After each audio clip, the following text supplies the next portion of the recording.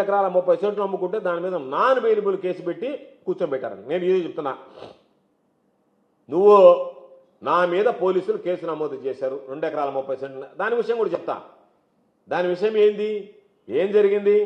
పాపం నువ్వు వెనక ఉన్నటువంటి బీడు పొలం, రోడ్డుకి వెనక పక్కన ఉన్నటువంటి స్థలం కొని అదే సర్వే నెంబర్లో రోడ్డు పక్కన ఉండేటువంటి ఖరీదైనటువంటి స్థలాన్ని అమ్మేసి 2 ఎకరాల 30 సెంట్లు.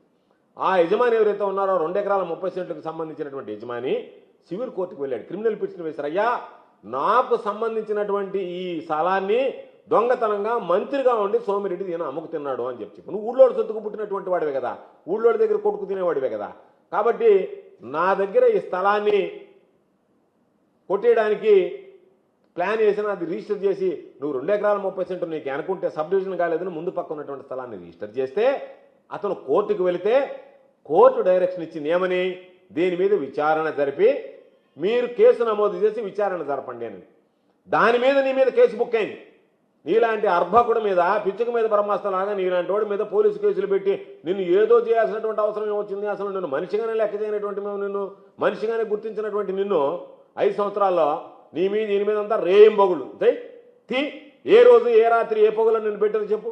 ఏది నీ మీద ఉన్నటువంటి 18 కేసులు ఒకసారి చదివి వినిపించు. వైఎస్ఆర్ కాంగ్రెస్ పార్టీలు నీ మీద పెట్టినటువంటి కేసులు. 2 ఎకరాల 30 సెంట్లకు సంబంధించి పోలీసులు కేసు పెట్టారా? నువ్వు అక్రమంగా వేరే వాళ్ళ పొలం అమ్మకు చూస్తే వాళ్ళు వెళ్ళి కోర్టుకు వెళ్ళి నీ మీద కేసు కట్టించారా? నీ మీద కేసు కట్టించాలనేటువంటి ఆలోచన వైఎస్ఆర్ కాంగ్రెస్ పార్టీలు ఎవరికి లేదు. నిన్ను ఆ విధంగా ఆ స్థాయిలో నేను ఊహించిన కూడా ఊహించలేదు మేము. ఎక్కడో వెళ్ళిపోయావు, బెంగళూరు హైదరాబాద్లో ఉండేటువంటి వాడు, నువ్వు నెల్లూరులో లేనటువంటి వాడి మీద నీ మీద కేసులు పెట్టడం ఏంది? కాబట్టి ఆ 2 ఎకరాల 30 సెంట్ల మీద నా మీద కేసు పెట్టారంటే ఊళ్ళో స్థలం అమ్మనుకున్నావు కాబట్టి వాళ్ళు కోర్టుకు వెళ్ళి నీ మీద కేసు నమోదు చేయించారు, పోలీసులు కేసు నమోదు చేయాలి. కావాలంటే రేపు దానికి సంబంధించినటువంటి కాగితాలు నేను మరలా ఛాలెంజ్ విసురుతున్నా.